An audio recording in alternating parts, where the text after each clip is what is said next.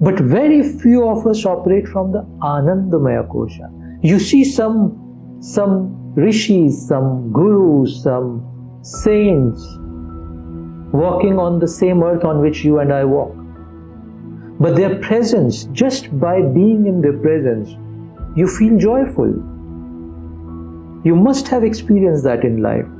That there are some beings in their presence through their vani, just by their gaze, just by being in the proximity of their presence. All your stresses, thinking, pains, for that moment, start to go away.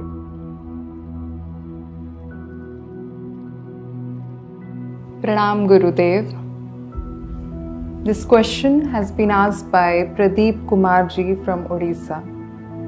And he is asking you that, Gurudev, what is the true aim of my soul? I'm always searching but don't know how to find it. Please guide me towards clarity and the path to inner peace. Thank you. Let's look at it from another angle. You know, in the yogic tradition, we talk about 5 koshas of this human body.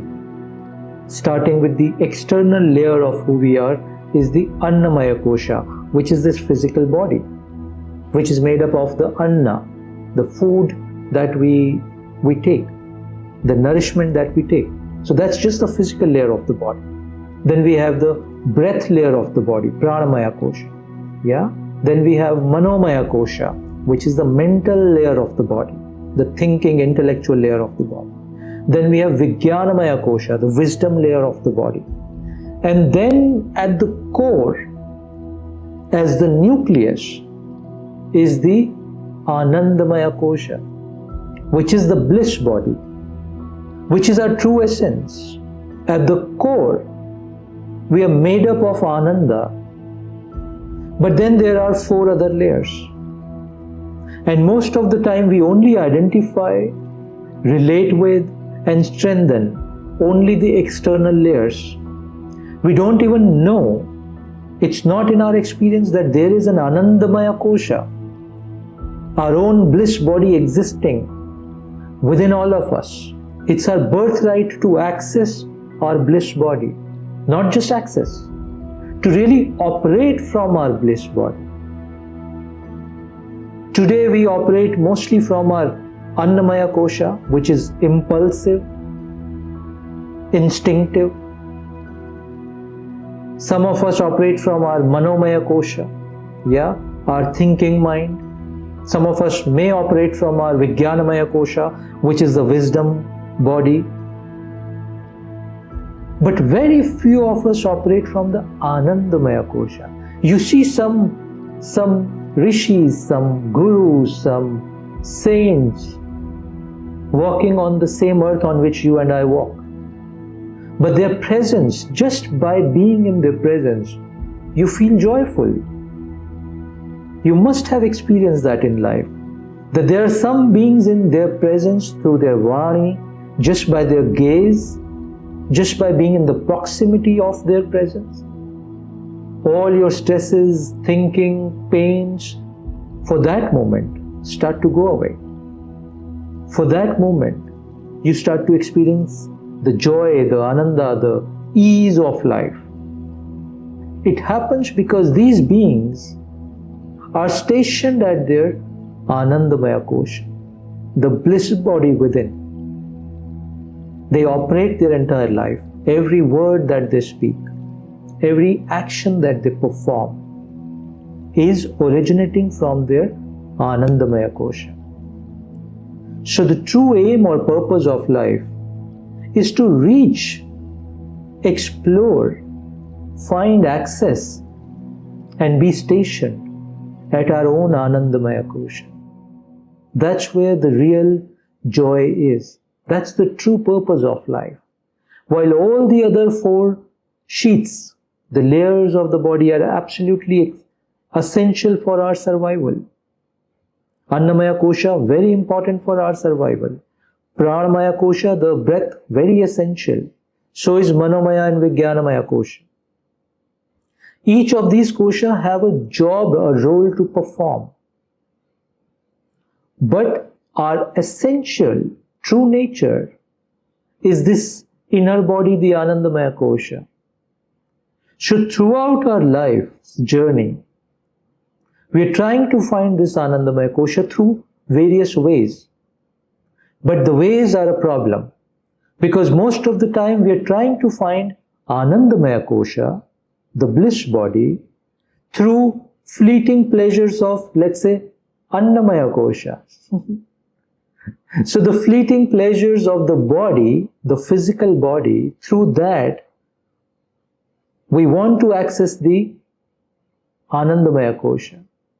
Or we get illusion that the fleeting pleasure of the physical body, the fleeting pleasure of the intellectual stimulation is what Ananda is all about. It is not, because it's a fleeting pleasure, be it of the body or of the intellectual stimulation or of emotional stimulation. You follow? So, the real unceasing Ananda is residing in your heart, in each one's of heart. That's the innermost nucleus which we are all made up of. That's the purpose of life. To access that, know that, experience that, station in that, then operate from there. The question is how you do that. Let's look at it very carefully today. This one question can put your life's journey on a path of light. Yeah? Tamsoma Jyotirgamaya. We are doing that today. Through this one question. We are entering from the zone of tamas, darkness, unclarity, ignorance, illusion, into a zone of light, the clarity, the absolute clarity of life. How you do that? You see, this entire existence is made up of three gunas. We are entering into the Sankhya today, the Sankhya Yoga. This entire existence and you yourself also are made up of three energies: tamas, rajas, and sattva. We all know that, right? To enter into the Anandamaya Kosha, you just need to work with these three layers of energies. How do you do that? First, whenever you enter into the moments of tamas, what are the moments of tamas? Laziness, lethargy, postponement, projections. I'll do it tomorrow. I'll start to wake up from tomorrow to do my sadhana or my yoga. All that is tamas. The non-clarity, the thoughts which are all over the place, the dullness of the mind, the dullness of the physical energies. You've seen some people, you talk to them and you realize their minds are very dull. No exuberance in the mind. The body's energies are also very dull. They're tired all the time. No exuberance in the physical energy also. Those are the moments of when tamas guna, which we call the tamo guna, has overpowered you. How do you break the tamo guna? By generating self-interest, little bit of selfishness. You must generate to counter the tamo guna. Because tamo guna is the dullest moment where you're not even looking at your own well-being. You're not even looking at what is right for you. Even for your physical health, what is right. You're not even looking at that. Yeah? So it's very important at the tamo guna moment, you activate the selfish self-interest. What does that mean? Let's say your body is lethargic, your mind is dull. At that moment, you bring in some practices of discipline that no matter what, evening 5 o'clock, I'm going for a half an hour walk. No matter what, for next 1 hour, I'm not doing anything which will dull my mind. Let's say the use of social media. You bring in those elements of simple disciplines to break the spell of the tamoguna. You start to strengthen your willpower by small acts. Let's say you are addicted to watching your mobile phone every 10 minutes. Let's say it could be any kind of addiction, dull addiction. Actually, all addictions make you dull. You just, or let's say you have a habit of drinking 10 cups of chai or coffee a day. That's also an addiction which dulls you instead of stimulating you. Yeah. You just start to increase the gap of these addictions. So from 10 cups of coffee a day, you start to come to 7 cups of coffee a day. You increase the gap. Each slight increase in the gap will increase your willpower. And with each iota, a small energy which gets released in your heart by adhering to this discipline that you are forming, some additional energy gets added to your willpower. So let's say if your willpower was 1 on a scale of 0 to 10, with every small act of discipline and self-will, when you execute that, another portion of energy gets added to the self-will of the motivation. So now 1 becomes 2, 2 becomes 3, and slowly, step by step, if you continue this process, a day arrives when you win over the tamoguna, when nothing can shake your discipline or willpower. But it's all in the zone of self-interest only. Yeah? That's all right. That's how you counter the tamoguna in you. Or you start to purify the tamoguna to activate now what is called the rajoguna, the rajas. Now what is rajas? It's a lot of action orientation. The lot of people who just cannot sit idle. Their energies are such they have to do something all the time. No problem. Sankhya says there is no problem with that, it's all right. But you just bring involuntarily there. Most of your actions you design in such a way that they are just not for your self-interest alone.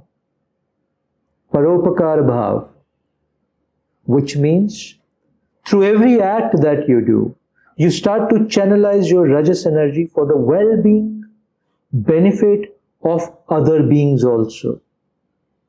Now you're working or purifying the rajoguna, the action orientation which was all towards either self-interest or like an unguided missile, you were just going in the air, no guiding mechanism. There you put some guiding mechanism. You start to pour your energies also for the well-being of the world around you, for the well-being of people around you, for insects, for plants, for nature, rivers, forest, earth, soil. Everything is a living entity here. You start to divert some of your energies towards that. When you do that, your Rajaguna starts to have a divine quality now. Yeah, it becomes Sattvic Rajas. It's not a pure Rajas anymore. Now it's become Sattvic Rajas, where the beneficiary of your action is not you alone. It's the Jagat. Now you're winning over the Rajoguna also. And then you enter into the third zone, which is the Sattvaguna, Satoguna. Now in Sattva, all your actions through the body, your thoughts through your mind, your emotions, your, intention, you all start to pour that towards divine. Now everything that you think, that you do, that you experience, that you feel, that you intend is purely for the divine. Whatever the form of the divine that you like. So Shiva could be the form of the divine. Krishna could be the form of the divine. Hanuman could be the form of the divine. Your Guru could be the form of the divine. Now everything is geared towards that. Whatever Shiva says, whatever Guru says, and if you don't believe in the God with the form, Gunatit, then also you start to offer. It's like whatever you do, every breath of your life starts to become an offering to the divinity. Issue is not which form of divinity, but towards that which is the essence of this entire life, to that who has created this entire life, to the magician who's master of this life, from whom this entire life has emerged, and in whom this entire life folds itself back. To that ultimate sattva, you start to pour, you start to offer everything that you do, that you think, that you own, that you feel. Everything you start to, it's everything about your life becomes an offering now. So that's how you enter into the sattvic state, step by step. And this sattvic state is where the door of the Anandamaya Kosh gets opened up. You're welcomed into your own inner chamber of the heart, where the divinity resides, and the name of this divinity is love, joy and ananda, peace and compassion, maitri, are all the names of this divinity sitting in your heart as Anandamaya Kosha. That's the path. That's the process. So please see, all of us are made up of these three gunas. In some the tamo guna is heavy, in some the rajas guna is heavy, in some the sattvic guna, the sattva guna is heavy. Yeah? But there is a way around to purify each one of them and enter into the core of your heart, the Anandamaya Kosha. And I've shared with you the steps, the ways, the process to purify and work with each of these energy elements. So throughout the day, please identify the zone. When you're in the tamoguna, when tamoguna is heavy, you work with that. Apply that principle there. When the rajoguna is heavy, you apply that principle there. When the sattva guna is taking over, you apply that guna more. Apply that process more there. Make it more sattvic. Make it more divine. Make it more as an offering.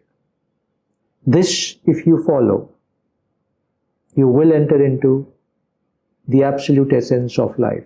And to me, this is the true and the only purpose of life. Rest everything that we are doing should be geared towards that. All our worldly responsibilities, jobs, family, relations, whatever we are doing in this world is beautiful. Those are the karmas that have been given to us. Those are the roles that have been given to us. Very beautiful. We must respect every role that has been given to us. But each role, my inner drishti should be towards this process via the role. So each role becomes a medium for you to perfect your own tamoguna, rajoguna and satoguna. Just look at the beauty of this. Every role, you don't have to run to the Himalayas or the caves or the mountains or wherever to practice this. Every role that has been given to you is a marga, is a way for you to perfect each one of these three gunas and enter into the Anandamaya Kosh.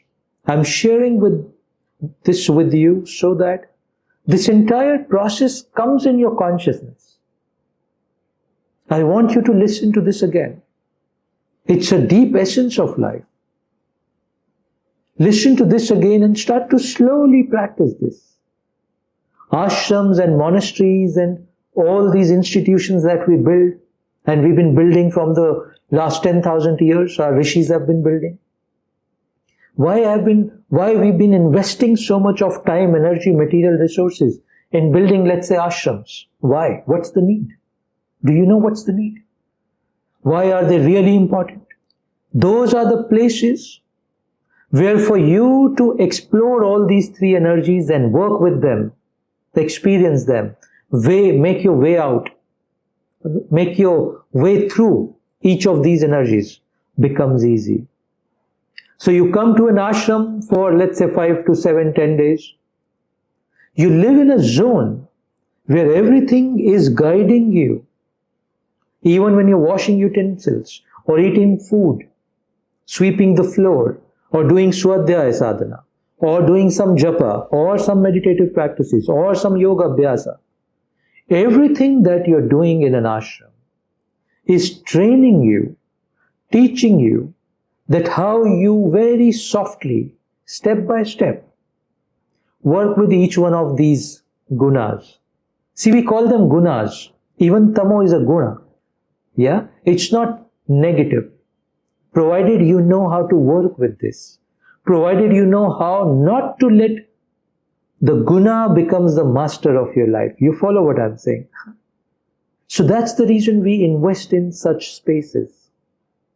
So you're in India, I'm assuming. All of you listeners.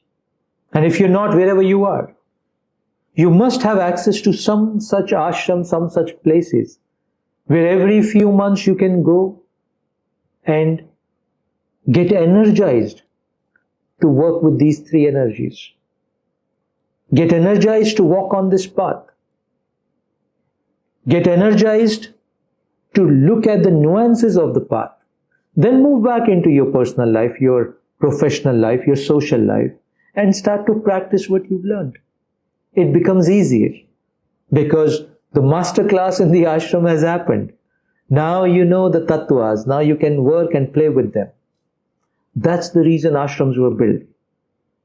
The places where you can get trained on the essence of life. And then you can live your life and share this wisdom all around. Because we need to walk, hold hands and walk each other home. Ram Das said this very beautiful line, walking each other home. Hope it makes sense. Listen to this again and again and start to work with this. It will really change the course of your life, and the inner peace, joy and ananda and love that we're all seeking for will become your birthright. It's already your birthright. It will become your birthright. Yeah, you will be able to access that.